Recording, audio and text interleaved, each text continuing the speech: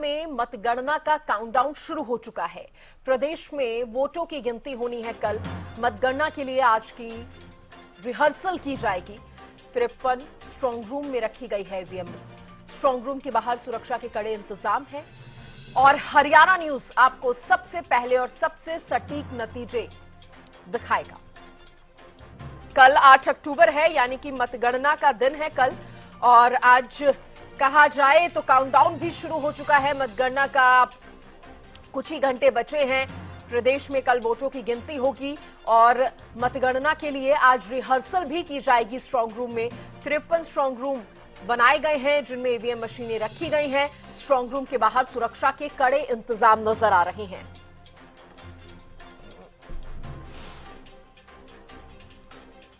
इसी पर ज्यादा जानकारी देने के लिए फरीदाबाद से ब्यूरो चीफ राजेंद्र दहिया मेरे साथ जुड़ गए हैं।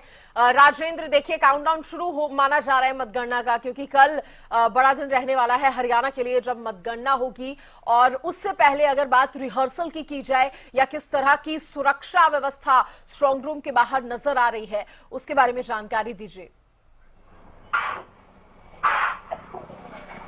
सृष्टि, बिल्कुल मैं आपको बता दूं कि लगातार जो है सुरक्षा व्यवस्था पूरी तरह से चाक चौबंद यहाँ पर की गई है और कल सुबह 8 बजे से वोटों की गिनती जो है शुरू हो जाएगी। तमाम जो 6 काउंटिंग सेंटर बनाए हैं वो मैं आपको नजारा दिखा देता हूँ। 3 लेयर सुरक्षा यहाँ पर लगाई गई है। आप देख सकते हैं कि यहाँ गेट पर पुलिस तैनात है और इसके बाद में आगे तक जो है पुलिस का घेरा बना हुआ है। और बात करते हैं फरीदाबाद की तो 17,94,522 टोटल मतदाता थे हैं, जिनमें से करीब 10,11,423 लोगों ने, लगभग 56.4% लोगों ने मतदान किया था। और गिनती जो है 8 बजे से कल शुरू होगी।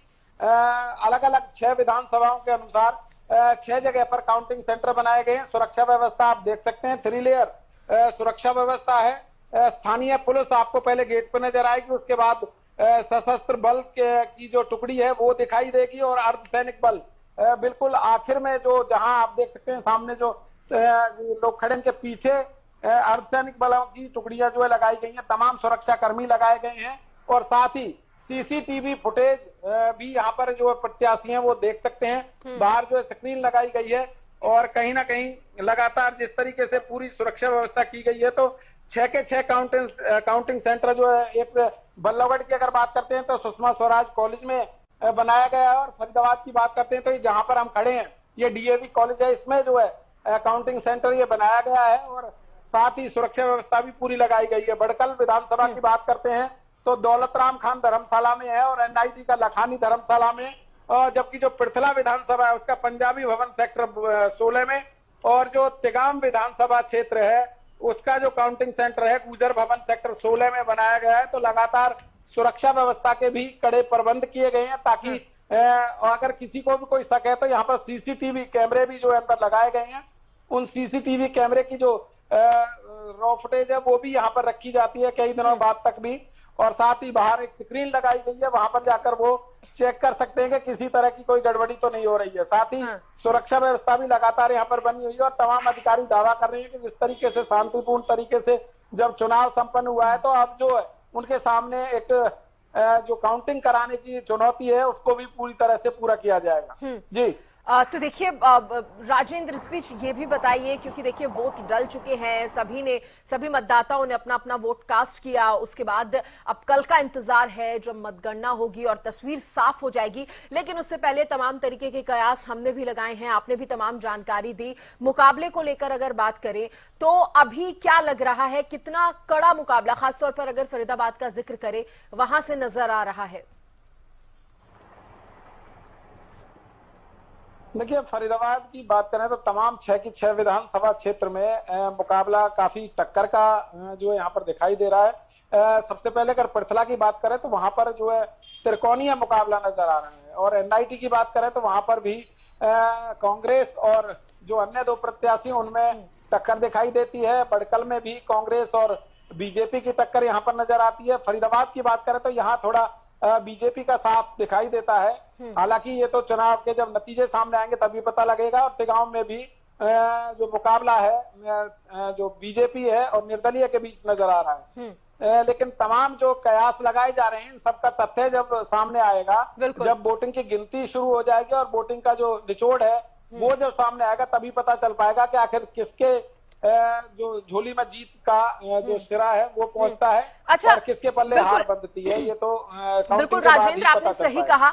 अब देखिए कुछ कुछ जगहों से ऐसी भी खबरें सामने आई कि 3 लेयर सुरक्षा तो की ही गई है, स्ट्रांग रूम के बाहर पूरी निगरानी जो है वो रखी जा रही है, लेकिन कुछ दलों के प्रत्याशी या उनके समर्थक भी जिनको डर है किसी बात का, वो भी कहीं ना कहीं बार बार स्ट्रांग रूम के आसपास जा रहे हैं और देख रहे हैं कि किसी भी तरह की कोई गड़बड़ी ना होनी चाहिए, यानी कि खुद के दिल को तसल्ली देने के लिए कुछ जगहों से इस तरह की भी खबरें सामने आई है। फरीदाबाद में भी कोई ऐसी हलचल नजर आई है क्या?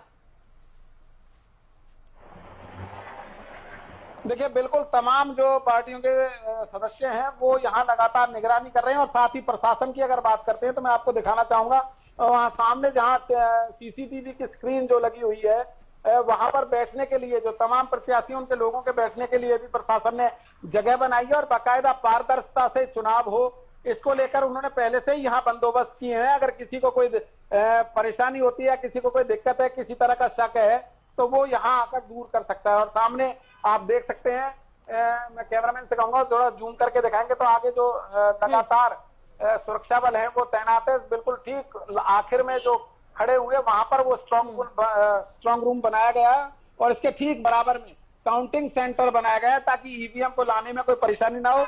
ठीक बराबर में ही काउंटिंग सेंटर की स्थापना की गई है, और वहीं पर जो स्ट्रांग रूम है, तो कहीं ना कहीं कल 8 बजे से जब गिनती शुरू होगी तो नतीजे आने भी शुरू होंगे, और साथ ही यहाँ पर ये सीसीटीवी की